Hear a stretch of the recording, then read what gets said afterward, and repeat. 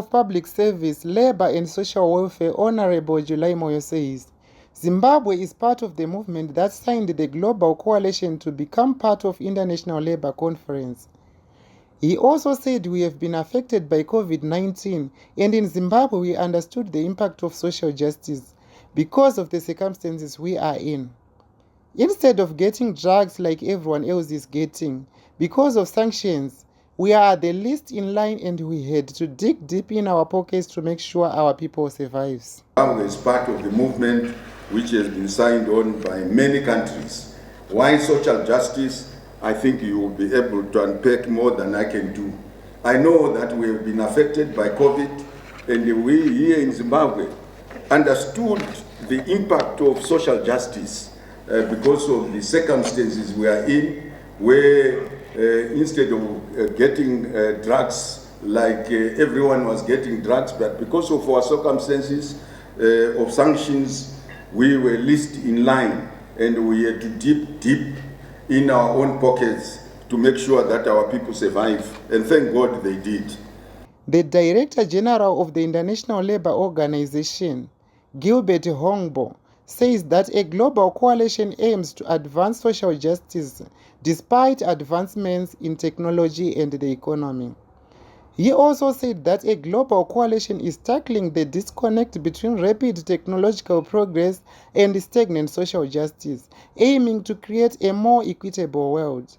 A new report will provide valuable data and insights on the state of social justice worldwide, enabling stakeholders to make informed decisions and drive progress.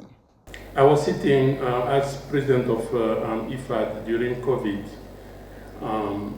where you remember with COVID, then the access to food was quite very critical, and several communities in Africa and elsewhere in the world was having problems. So I remember this meeting where, together with our colleague from FAO and WFP, World Food Program, we were really reflecting on a big program with some donors with how to deal with that. And coincidence or not, the same day, the breaking news in international media and social network where the space bringing tourism in this, Elon Musk SpaceX going to up for bringing tourists from the space. So it was so starting. The same day we're talking about 700 plus million of people that cannot assure 1 meal a day. And then we know in the same earth, some could pay the necessary amount to go and having a touristic trip to the space. And not only that, they could pay for that, but the technology allow for it. So it's very striking, and I went home that night.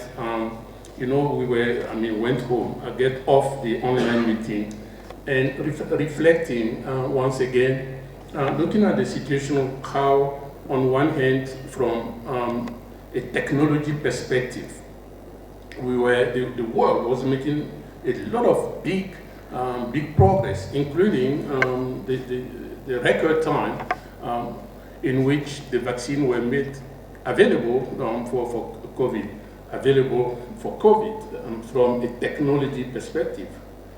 And making that vaccine available for people who need it, we also know that, as we like to say, all of us are born equal, but not everybody is equal on that. We know that in the last 10, 20 years, from global economic, although the Wall Street has gone in a way that is up and down, but globally the trajectory has been quite very positive.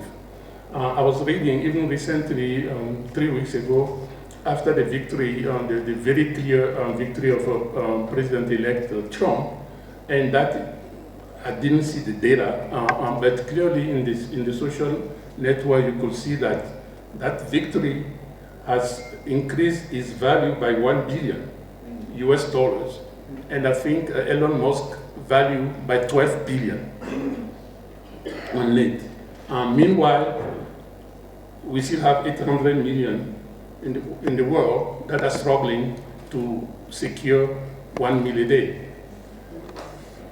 Then, from the access to the vaccine, you look at the whole climate change, and you know the ongoing, and I believe today you have the COP16 on desertification that started in Saudi Arabia, the Kingdom of Saudi Arabia, and we also know that we are living already the consequence of the climate change, where again the risk of leaving people behind is quite very